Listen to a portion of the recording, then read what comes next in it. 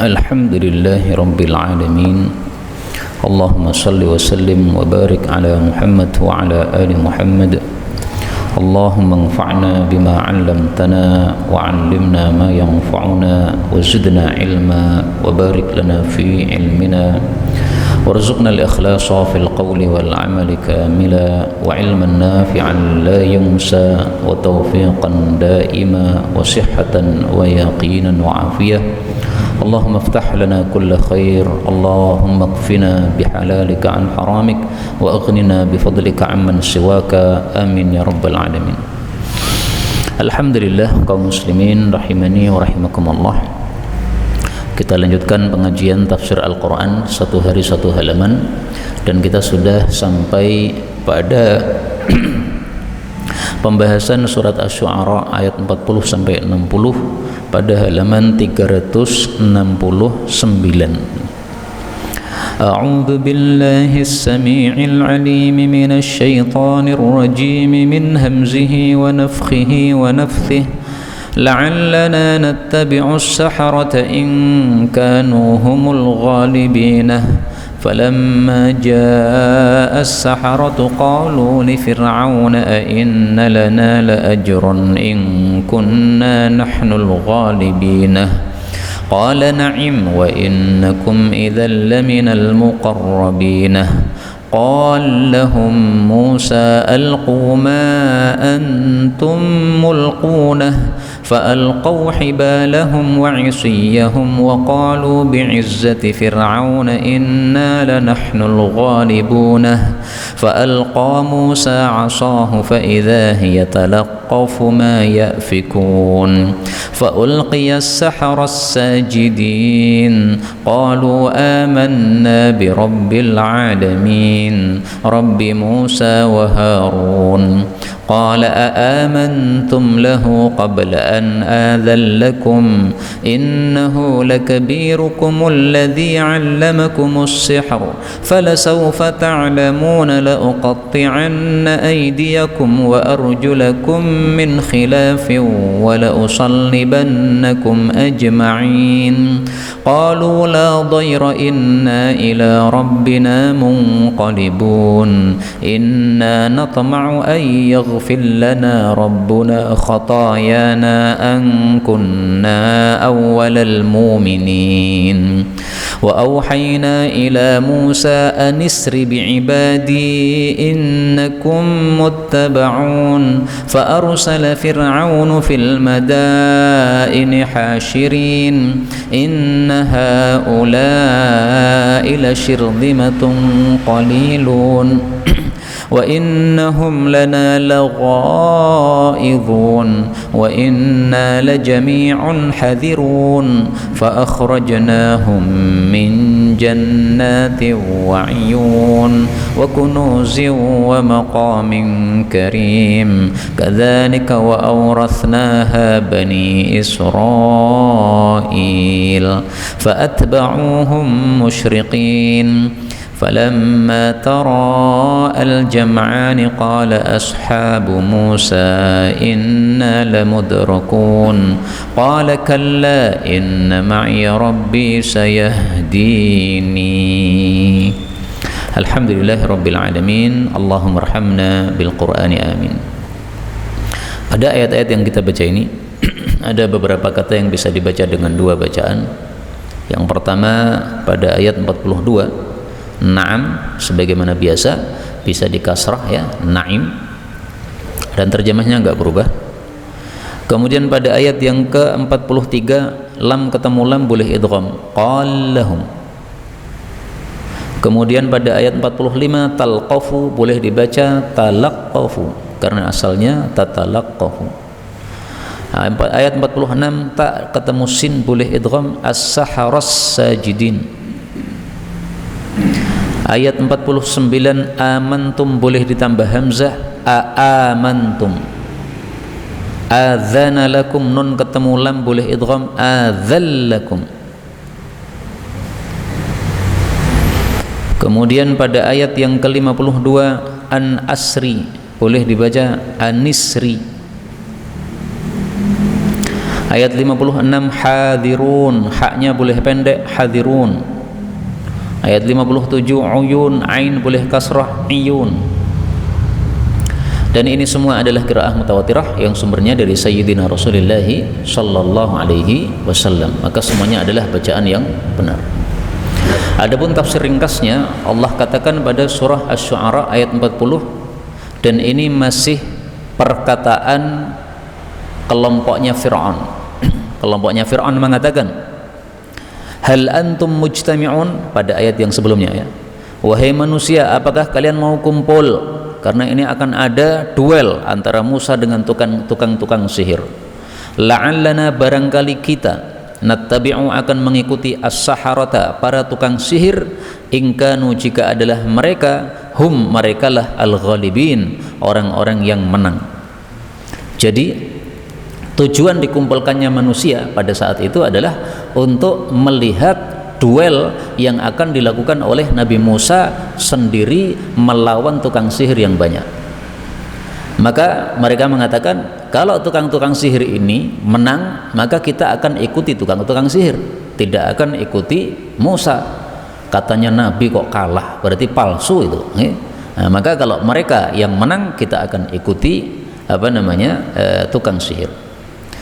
41 falamma, maka tatkala jaa, telah datang as-saharatu, para tukang sihir, qalu, mereka berkata, li fir'auna, kepada Fir'aun, a inna, apakah sesungguhnya, lana, bagi kami, la ajron, sungguh ada upah, in kunna, jika adalah kami, nahnul ghalibin, kami orang-orang yang menang.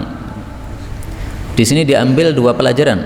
Pelajaran pertama, kata-kata jaa, datang, ini maksudnya adalah datang ke tempat kumpulnya manusia pada hari ibadat mereka, yaitu yaumuz zinah, hari perhiasan, karena semuanya orang kumpul dalam keadaan menggunakan perhiasan mereka masing-masing, pakai kalung emas dan sebagainya untuk perayaan mereka, dan itu dilakukan di waktu duha, pada waktu terang benderang.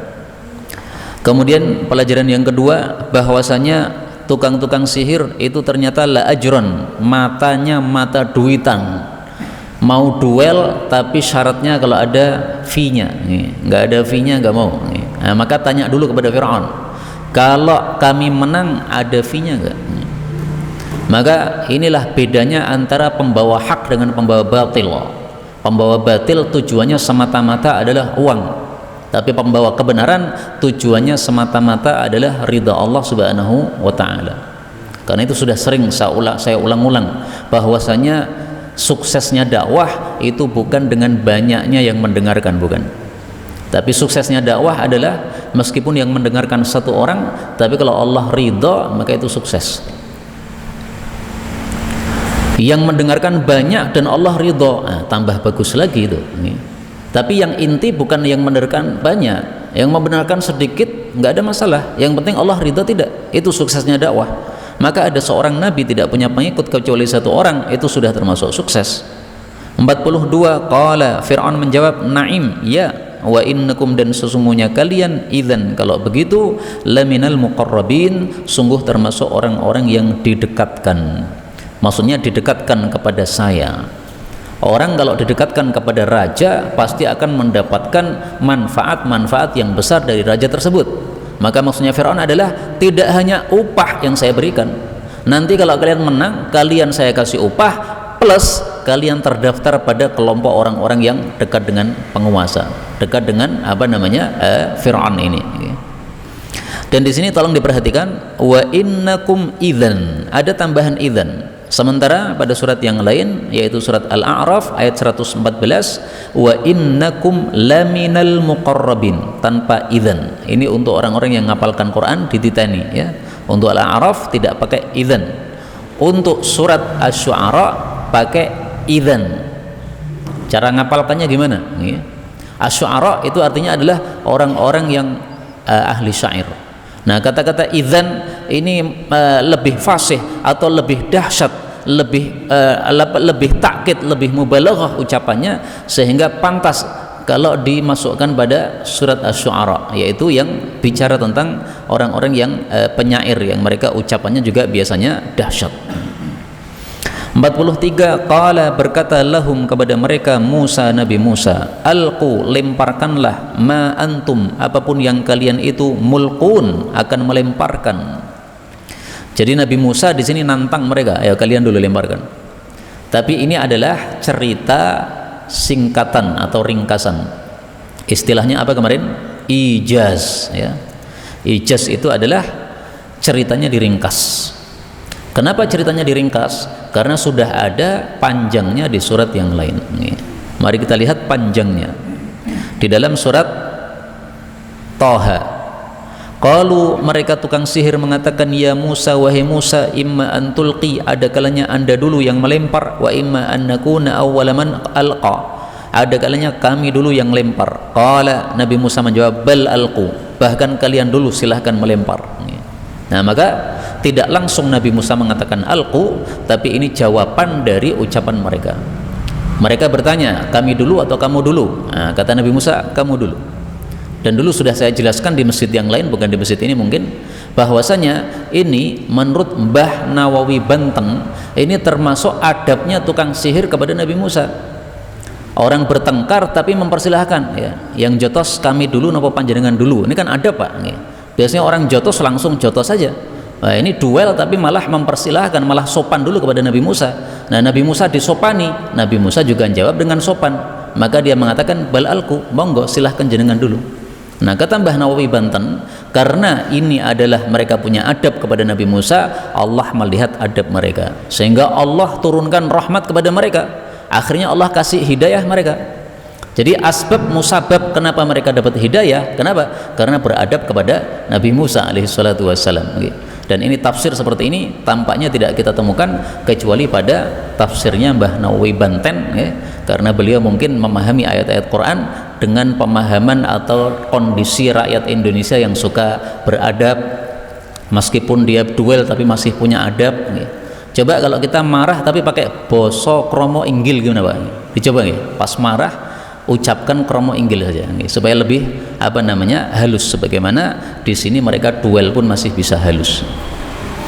44, fa'alqaw, lalu mereka pun melemparkan hibalahum, tali-tali mereka, wa isiyahum, dan tongkat-tongkat mereka, wa qalu, dan mereka mengatakan, bi'izzati fir'auna, demi keagungan Fir'aun, inna, sesungguhnya kami, la nahnu, sungguh kami ini, al-ghalibun, orang-orang yang akan menang. Jadi mereka melemparkan dua, satu tali, dua tongkat. Ketika melempar tidak mengucapkan bismillah karena tidak yakin terhadap Allah, tapi mengucapkan bi'izzati fir'aun. Maka umat Islam mengambil pelajaran dari sini, mari kita lakukan yang sebaliknya. Orang-orang kafir saja sebelum melakukan duel ini mereka ingat sama Tuhan mereka, padahal Tuhan mereka Tuhan palsu. Nah, kenapa kita tidak ingat kepada Tuhan kita, padahal Tuhan asli? Ketika ingin melakukan sesuatu, ingatlah selalu sama Allah, ucapkan bismillah, akan menjadi apa? Berkah. Makan pun disuruh bismillah, minum pun disuruh bismillah. Mohon maaf, hubungan suami istri disuruh bismillah, masuk kamar kecil disuruh bismillah. Ini semuanya supaya berkah. 45, fa'alqa, maka melemparlah Musa, Nabi Musa, asahu, tongkatnya.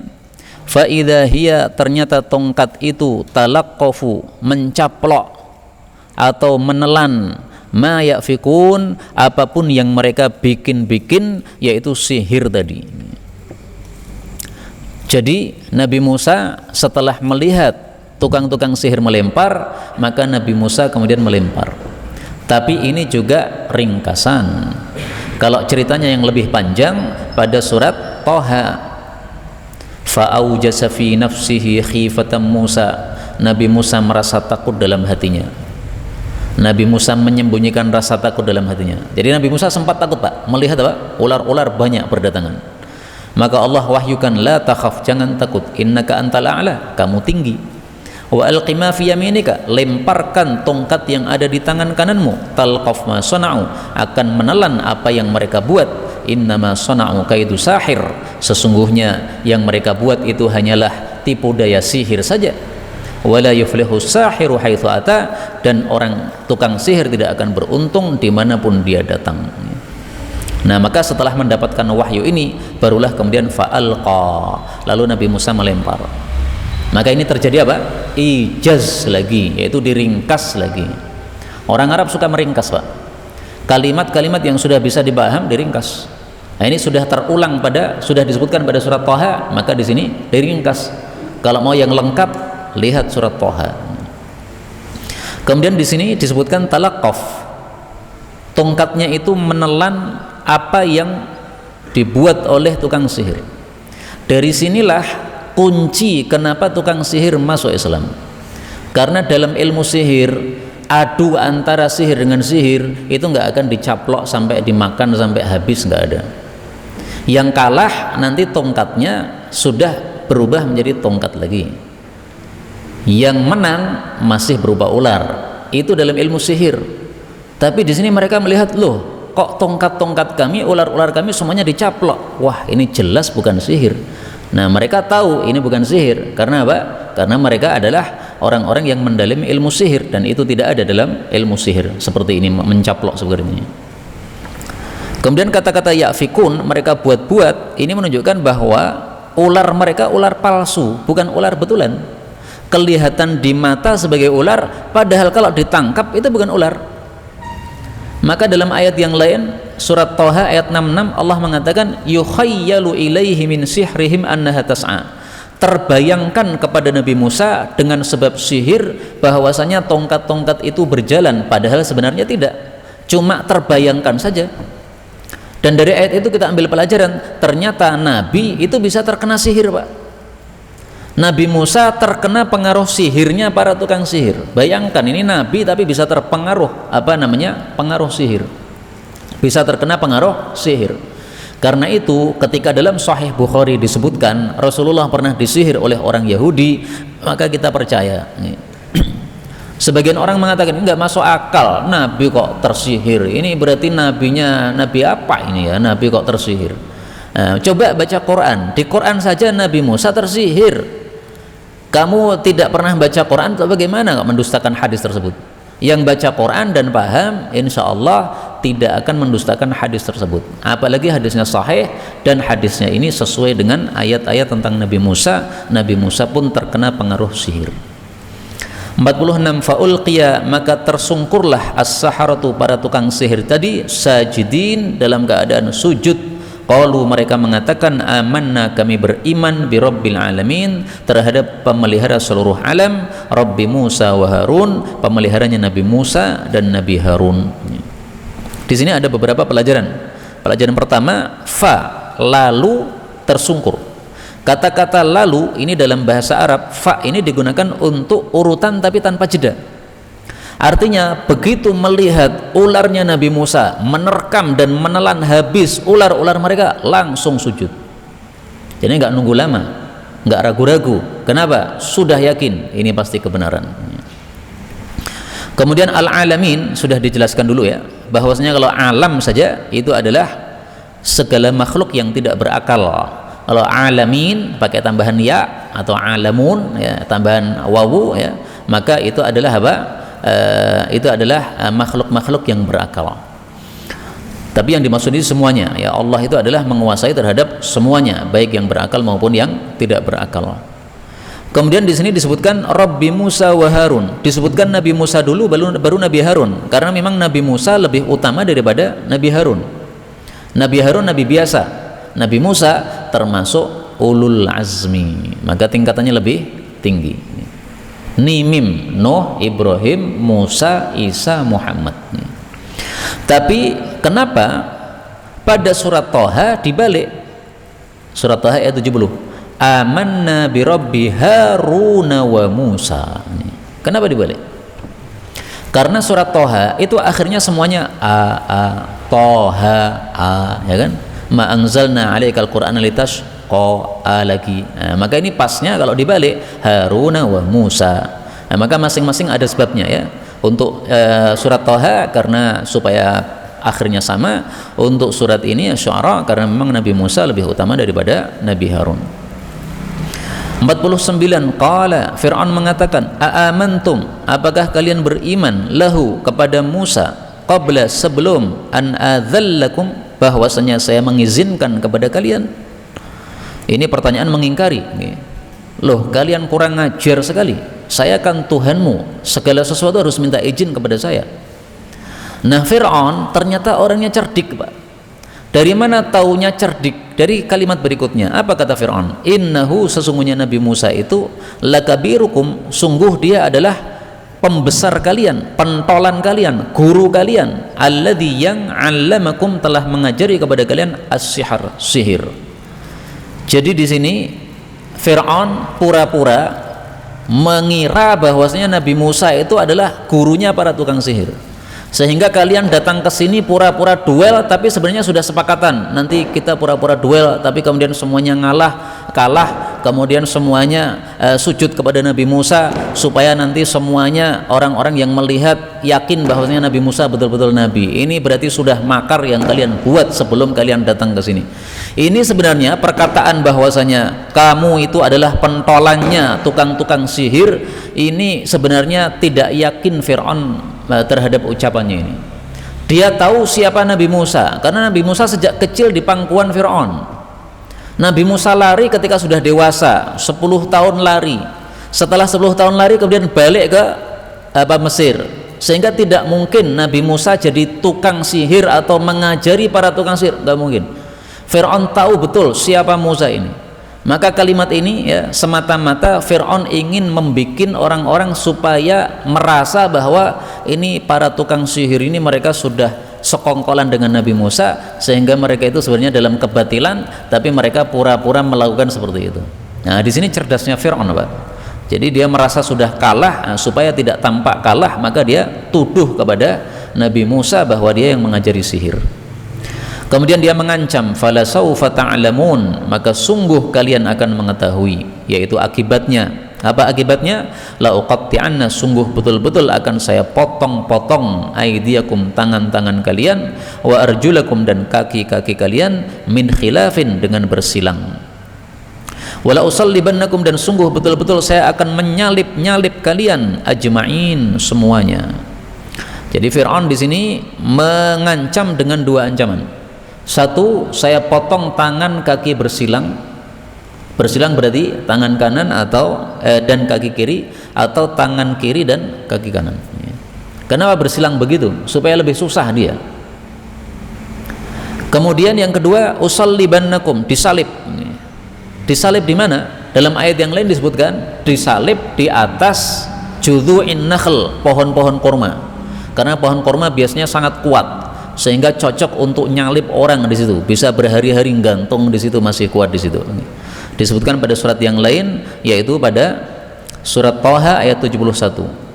Wala usallibannakum, dan sungguh betul-betul saya akan menyalip kalian, fi judhu'in nakhl, di atas pokok-pokok pohon kurma. Wala ta'lamunna ayyuna asyaddu 'adzaba wa abqa, dan kalian akan tahu siapa yang lebih kuat siksanya dan lebih kekal. Di sini uqatti, ta-nya ditasydid, maka terjemahnya apa? Memotong-motong. Kalau qata'a, memotong satu kali. Kalau qata'a, memotong-motong. Usallibannakum juga begitu. Shallaba pakai tasydid, berarti menyalip-nyalip. Kalau shalaba, menyalip. Maka tolong kalau menerjemahkan dengan terjemahan yang akurat. La uqatti'anna, sungguh betul-betul aku akan potong-potong. La, sungguh. Nun di bagian akhir ini betul-betul. Kemudian uqatti'anna, saya akan memotong-motong. Sungguh betul-betul saya akan memotong-motong. Yang salib juga begitu. Sungguh betul-betul aku akan menyalip-nyalip kalian. 50. Qalu, mereka mengatakan, la dhaira, tidak ada madarat, enggak ada masalah. Inna, sesungguhnya kami, ila rabbina, hanya kepada pemelihara kami, munqalibun, kami akan kembali. Jadi karena mereka sudah beriman kepada Nabi Musa, maka ditakut-takuti enggak takut, Pak. Kita harus mengambil pelajaran dari kisah ini. Iman baru semenit langsung enggak takut, Pak. Lah kita ini sudah iman berapa tahun nih? Kalau ditakut-takuti musuh takut. Maka sungguh kita sangat bangga dengan saudara-saudara kita di Palestina. Mereka senjatanya kalau dibandingkan musuh sederhana, tapi tidak takut sama sekali. Akhirnya Allah pun membantu mereka. Nah, maka mari kita ambil pelajaran dari ayat ini bahwa orang yang punya iman itu mestinya tidak takut sama sekali kepada musuh. Padahal mereka ini baru sedetik atau semenit beriman sudah tidak takut. Nah, kita yang sudah lama mestinya juga tidak takut kepada musuh. 51. Inna sesungguhnya kami natma, kami sangat ingin ayyaghfira, bahwasanya mengampuni lana kepada kami, Rabbuna pemelihara kami, khatayana dosa-dosa kami, angkunna bahwasanya adalah kami awwalal mu'minin, pertama dari orang-orang yang beriman. Jadi mereka mengakui sudah banyak berbuat dosa, karena sihir itu pelakunya sebenarnya hati kecilnya ngerti bahwa ini tidak baik. Dukun juga begitu, hati kecilnya sebenarnya tahu nggak baik itu. Maka banyak orang yang tobat dari sihir, banyak orang yang tobat dari perdukunan, ya. Apalagi biasanya dukun-dukun itu kalau mau mati itu susah matinya. Nah, sehingga kalau sudah tahu seperti itu pasti merasa wah ini nggak baik. Kemudian dari sini kita ambil pelajaran bahwa yang paling dibutuhkan oleh seseorang itu adalah yaghfir, diampuni oleh Allah Subhanahu wa taala. Maka kalau kita diampuni dosa-dosa kita oleh Allah, pasti aman dari neraka. Dosa nggak diampuni, masuk neraka. Dua hal yang paling dibutuhkan oleh manusia besok di akhirat: satu, ampunan dari Allah; dua, rahmat dari Allah Subhanahu wa taala. Makanya doa orang jenazah, Allahumma ighfir lahu warhamhu. Ya Allah, ampuni dia dan rahmati dia. Kenapa? Kalau sudah diampuni maka tidak masuk neraka. Kalau sudah dirahmati maka masuk surga. Tanpa rahmat Allah nggak mungkin masuk surga. Karena itu doa minta ampun dan minta rahmat ini sangat penting. Mari antara maghrib dan isya, ini waktu yang bagus kita berdoa kepada Allah supaya kita diampuni dosa-dosa kita dan dirahmati oleh Allah Subhanahu wa taala. Allah memuji orang-orang yang mengucapkan doa tersebut. Mari kita lihat ya. Kana fariqun,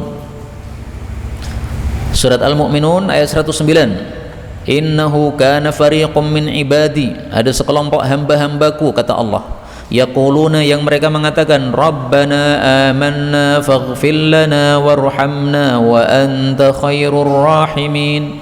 Wahai pemelihara kami, kami telah beriman, ampuni kami, rahmati kami, engkau adalah sebaik-baik zat yang memberikan rahmat. Ini dipuji oleh Allah. Maka mari kita baca ya, ditirukan monggo. Rabbana amanna faghfir lana warhamna wa anta khairur rahimin.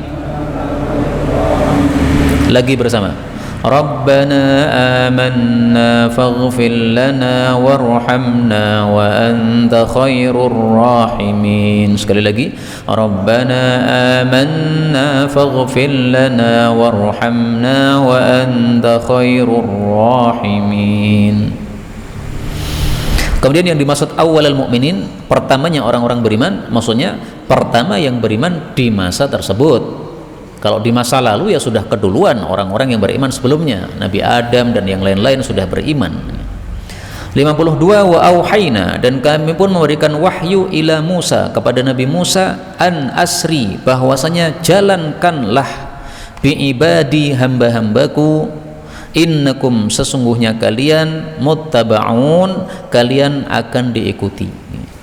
Boleh dibaca isri. Apa bedanya isri dengan asri?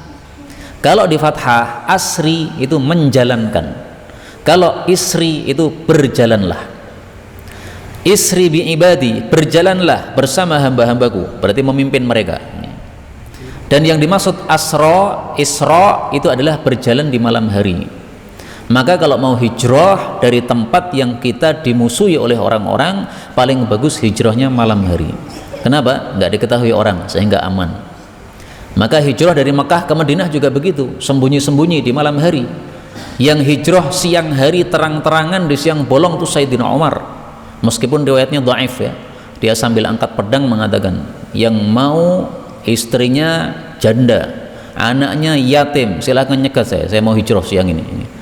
Nah, maka Sayyidina Umar karena pemberani enggak sembunyi-sembunyi. Tapi secara umum hijrah supaya aman, maka istri ya malam hari.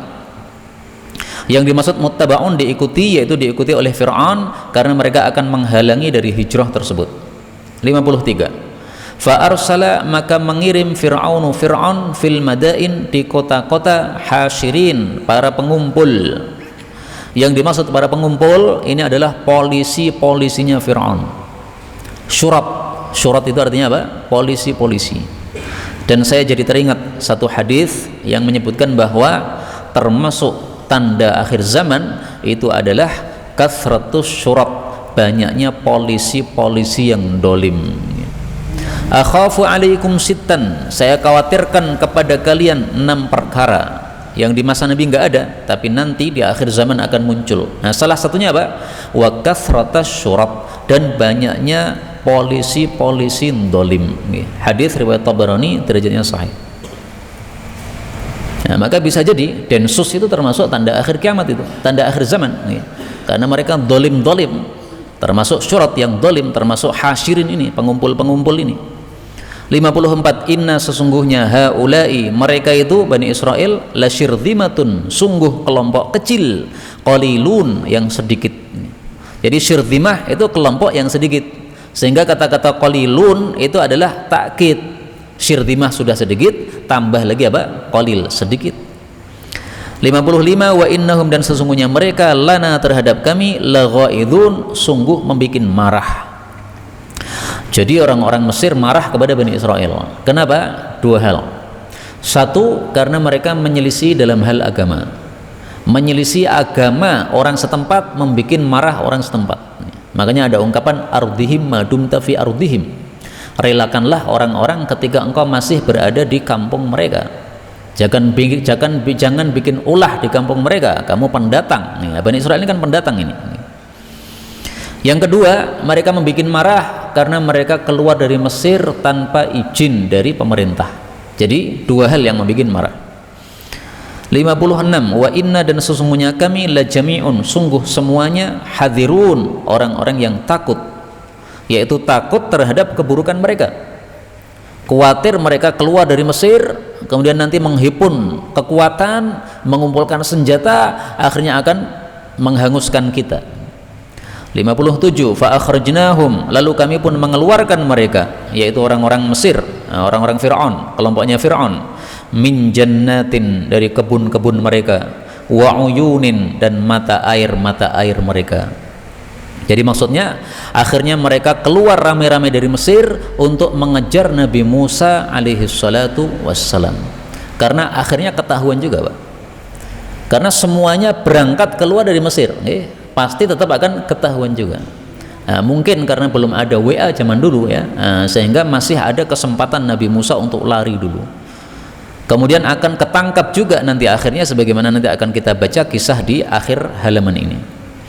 58. Wa kunuzin, dan gudang-gudang atau simpanan-simpanan, wa maqamin, dan tempat tinggal, karimin, yang indah.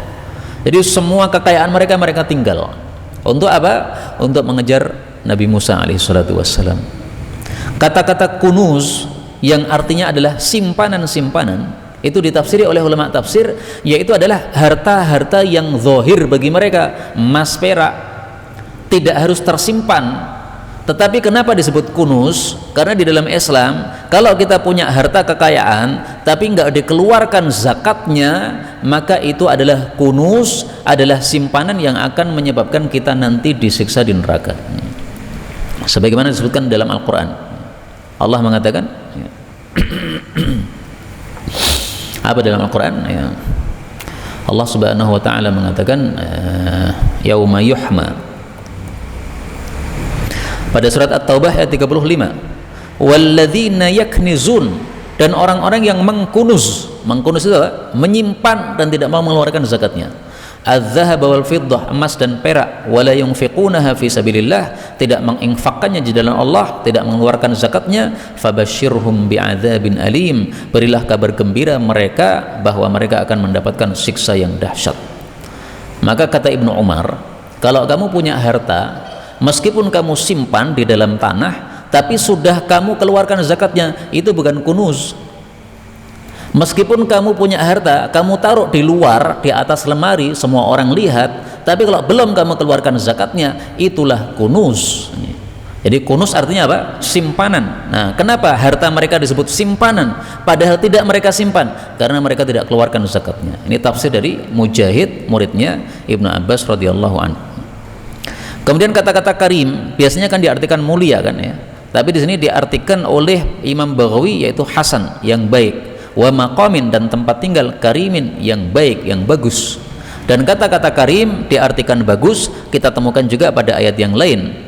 Surat Al-Mu'minun ayat 116, Allah mengatakan Rabbul Arsyil Karim, pemelihara singgasana Allah yang indah. Singgasana Allah disifati dengan dua sifat. Satu, karim, indah, dan ini hanya ada dalam satu ayat surat Al-Mu'minun. Dua, azim, agung, dan ini diulang oleh Allah 3 kali dalam Al-Quran. Kemudian 59, kadzalika, seperti itulah, yaitu seperti itulah kisahnya, seperti itulah kejadiannya. Wa aurathnaha, dan kami pun mewariskannya, kekayaan-kekayaan tersebut, Bani Israel, kepada Bani Israel. Maksudnya mewariskan gimana? Mereka tinggalkan kekayaan mereka di Mesir untuk mengejar Nabi Musa alaihissalatu wassalam. Akhirnya setelah Nabi Musa diselamatkan oleh Allah, sementara yang mengejar tadi ditenggelamkan oleh Allah, maka akhirnya Nabi Musa dan bala tentaranya balik lagi ke Mesir. Itulah sebabnya dikatakan aurathnaha, kami wariskan kekayaan mereka Bani Israel kepada Bani Israel, karena dikuasai lagi oleh Bani Israel.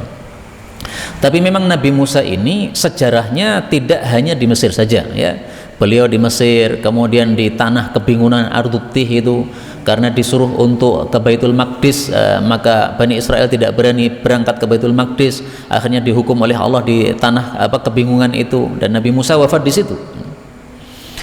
Ayat 60 terakhir, fa'atba'uhum, lalu mereka menyusul mereka, musyriqin, pada waktu terbitnya matahari. Jadi Nabi Musa dan bala tentaranya akhirnya kesusul. Kenapa? Fir'aun lebih canggih, pakai kendaraan kuda dan sebagainya, sementara Bani Israel orang-orang miskin, ya paling hijrahnya dengan jalan kaki. Orang jalan kaki seberapapun jauhnya, kalau dikejar dengan kuda akan ketangkep juga. Maka itulah makna atba'u. Atba'u itu adraku, tersusul, ketangkep. Kapan ketangkepnya? Musyrikin, ketika sudah syuruk. Tahu istilah syuruk Pak ya? Terbitnya matahari di awal itu ya. Syuruk itu artinya adalah bercahaya. Nah, maka waktu syuruk, kenapa disebut syuruk? Karena sudah mulai bercahaya, karena mataharinya sudah keluar.